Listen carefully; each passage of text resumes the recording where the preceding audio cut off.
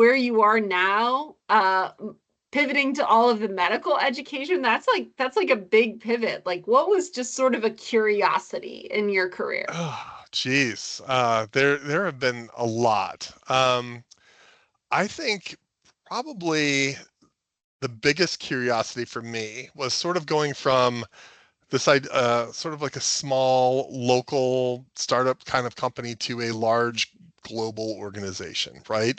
And just sort of the changes that happen because of scale, because of operating in different geographies with different cultural customs, right? It becomes it becomes a lot harder in some ways, right? Because you are you're operating maybe a little bit out of your comfort zone when it comes to, you know, communicating or working different times of day, things like that. Yep. But also, it's really, really interesting, right? To kind of understand, okay, this is how we solve problems in this part of the world, or this is how things work in this part of the world that's different from where I am here in the Midwest in the U.S. So I've really enjoyed that. Like that's been a big learning experience for me. Has been sort of how do you approach scale and how do you deal with that? Yeah, the scale thing for sure. And the time zone, like the pain in terms of time zones, that's for real, right? I had a conversation with some folks in Singapore not too long ago, which Oh yeah. is, I believe, exactly 12 hours hmm different, right? So that's always a fun adventure as well. Yeah, we So, work. Oh, sorry, we no, work please go in agile teams ahead. in my current employer, and so I have team members that are in the Netherlands and in Germany, and so then there's most of us are in the eastern part of the U.S., but on occasion we also have some folks on the west coast of the U.S. So there is literally like a slice of like 1 hour when it kind Mhm. of works for everybody, and you have to really be diligent and it really forces you to be very economical with your meeting time and figure out, okay, Yeah, does this really require a meeting, or is this something I can do asynchronously through, you know, chat or email or something like that? So right.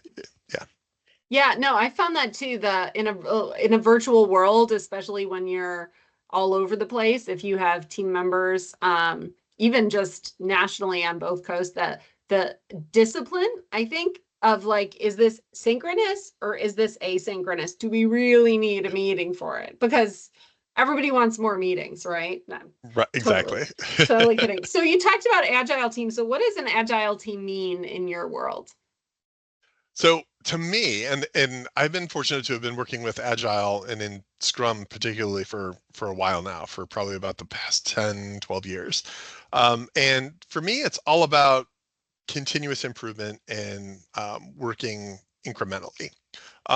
And so what I love is that you are always improving, right? Like there's never you never finish a project and put it on a shelf and walk away and come never come back to it, right?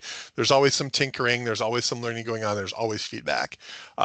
And that's really exciting. It takes a while to kind of put yourself in that mindset because you know, I think we're all just wired to be like want some completion, right? Like I want this to be Yes. done. I want to check this off my list.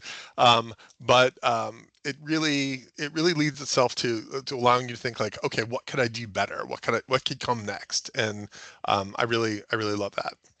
That sort of perpetual beta mindset, Yes. like Yep. constantly learning from things. Now, so you've been doing that for a while. In Yeah. what context did you first start using Agile? So I was working at a software company here in Cleveland, and I was working as a technical writer at the time, and I was assigned as the technical writer for this software product that was being built by the Agile team. So I was assigned to the team, and you know, I went to the daily stand-ups and participated in the demos, and you know, pitched in not only in writing the documentation, but also with some testing and all, and when I moved into that instructional design role, you know, I thought there was a lot of potential for leveraging that software agile methodology for content creation. And you know, we were working in a small team at the time with, I think we had 2 video production people, a graphics designer, and a couple of like catch-all instructional designer e-learning developers.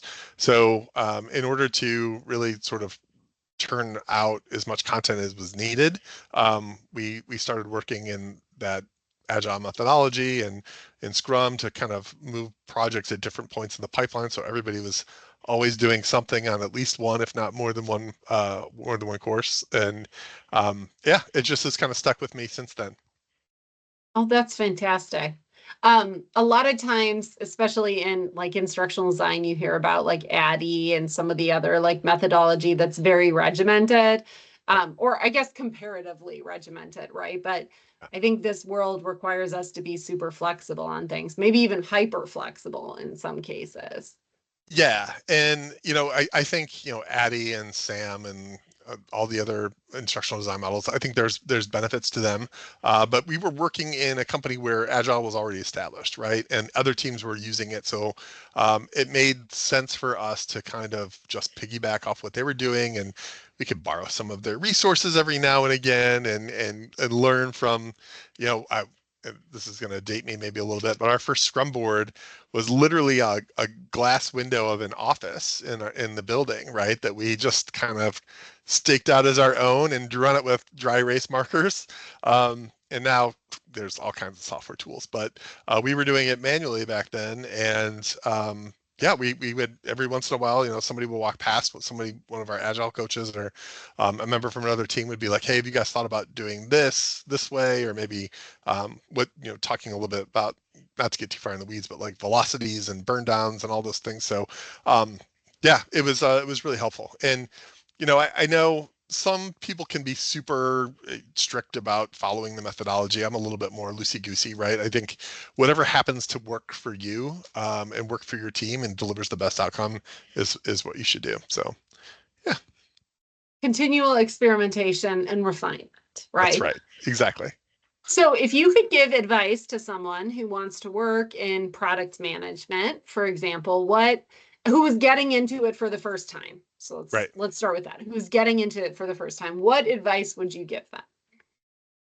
That is a great question, right? So I thought, having built customer education teams and been part of large customer education teams, I thought, oh, I'll know exactly what to do in this product management role. I'm going to come in and I'll write up a backlog of features of things we want to develop, and it'll be great.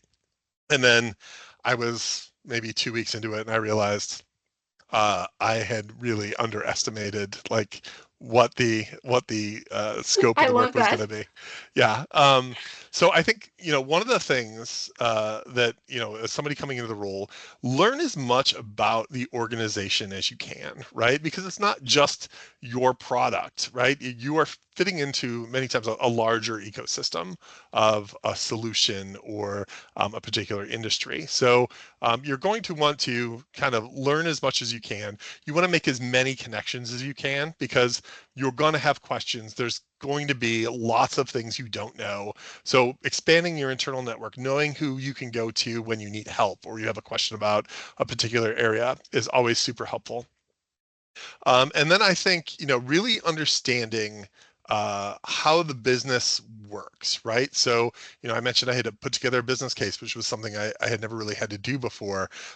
So understanding, how the business makes its money, what's important, right? Is it earnings? Like working in startups, EBITDA is, the end all measurement.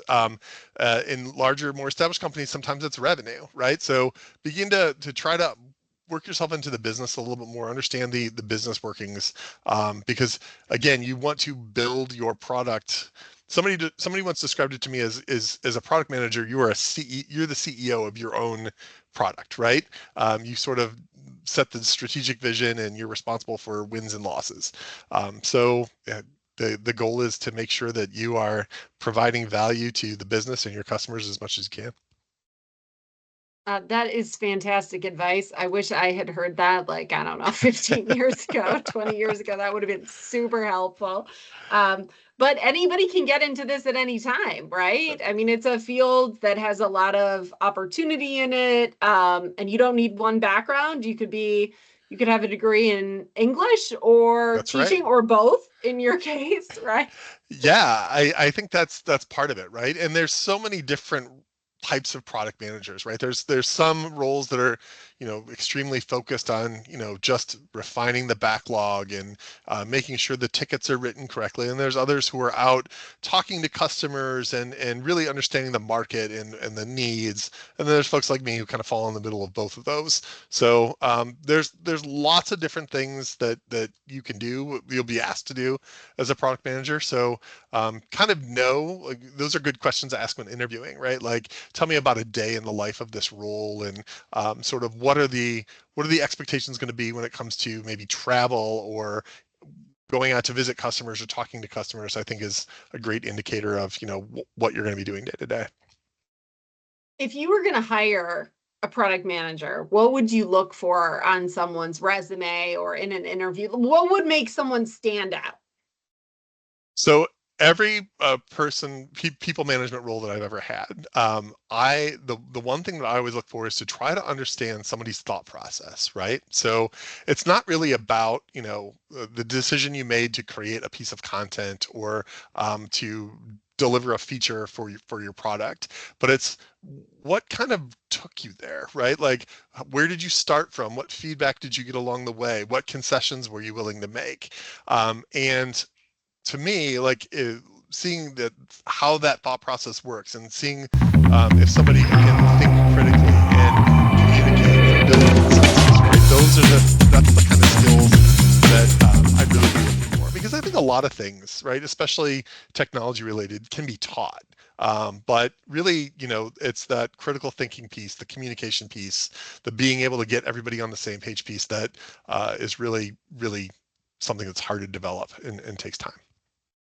I love that. That is fantastic. Well, thank you so much for being a part of our presentation today. I really appreciate it. Again, Jeremy Negrey, and yeah, any parting wisdom? Uh, As I put you completely on the spot, any parting wisdom? I would say just keep being curious, keep learning, and don't ever take the job too seriously, right? It's always being playful feeds curiosity, or feeds creativity and feeds curiosity. So remember to laugh, remember to smile, remember to enjoy yourself as you're going through the day to day. Awesome. Up in Cleveland, especially, right? That's right. All right. Thank you so much. Thanks so much, Alexandra. Take care. You too. Bye-bye.